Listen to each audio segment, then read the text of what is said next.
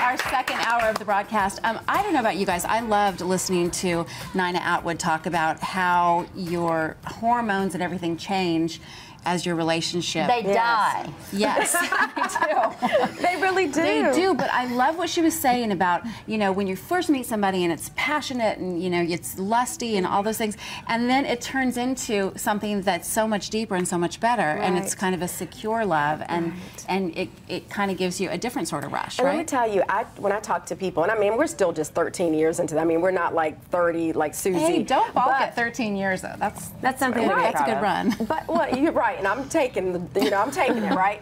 But I can remember people saying, oh, at 7 years it's going to be blah, blah, blah. But it really hit us about 5 years. And I was like, whoa, it's like, what was that right around when Emmett retired? Because like I would think that when he retired and he was like around the house all the time, you're like, what? Go get out of my hair! Like where have you've been? You know, when you're used to him like working so much. Girl, you might be onto something. I think it was around that time that he retired, and then right after that he did Dancing with the Stars.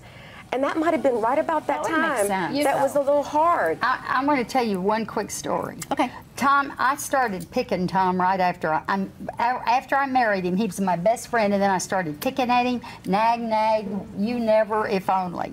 4 years I did this, finding fault with him. We go to a marriage counselor. She puts us in a group. A lawyer says to me one day, I've been listening to you for 1 solid year talk about him. I think you ought to leave him. He said, because if you can't accept him exactly as he is, you need to get going. And that's what was the turning point in our marriage. And let me tell you today, I know why I picked him. And I didn't read it in a book, and I didn't hear somebody say it. I didn't want to love him too much. Because if I loved him too much, what if he died? What if he left? Then I would crater. So we withhold love. We hold back just a little bit. So we don't get hurt. Just in case, so we don't get hurt. I believe that's what we do. Have you gotten over that? Have you gotten past yes, that? absolutely. Yeah, absolutely. I mean, once you get it, once you get why it is you're doing that, it's for self-protection. So we pick them, pull them down. Now, when somebody is nagging you, when somebody is telling you never do it right, guess where you want to be? Gone. Yeah. And it doesn't even have to be that you're protecting yourself because you're afraid, what if they die, what if they... It could be, what if they leave? Maybe you have a history of people leaving and abandonment. You'd rather them die than leave. For me as a single girl... Hold on.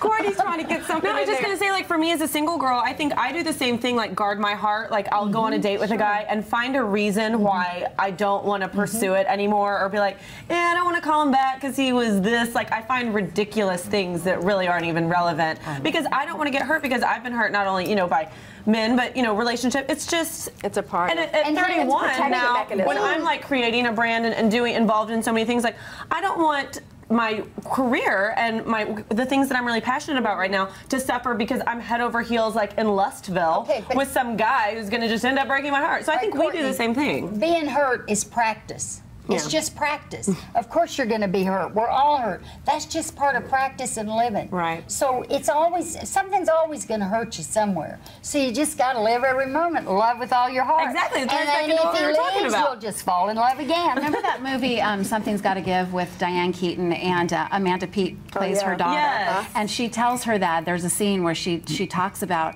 you know, it's so much more important to just love and open yourself up to being hurt than to just close yourself off and not to love it all. And I think that's true. Because it's about the journey in life. Like you said, you know, things are going to hurt. You're going to go through hard times. Even like in marriage, you go through really wonderful seasons. Then all of a sudden, you go through a really bad season. Are you going through that now? I'm going through a really wonderful season. Like, my husband was so Way good to get in there, Susie. No, so he was so good yesterday. And yesterday. He was so good yesterday. Well, 1 out of 10 ain't bad.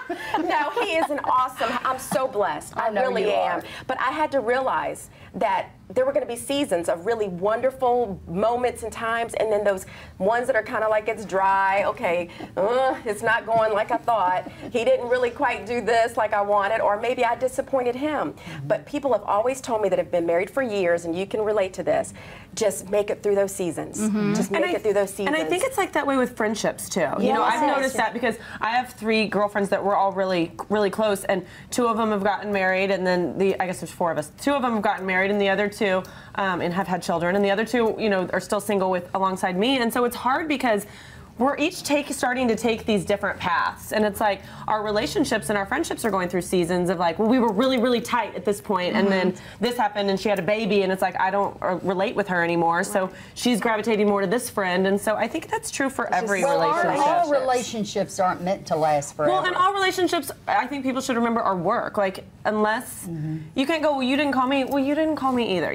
So I think. Just once again, living in the moment and enjoying. A reason, a season, or forever. Those are the choices that you have with people in your life. This woman came up to me and she said, "You don't understand. I've been hurt so many times. I can't love again because I've been hurt so often." I said, "So what's one more?"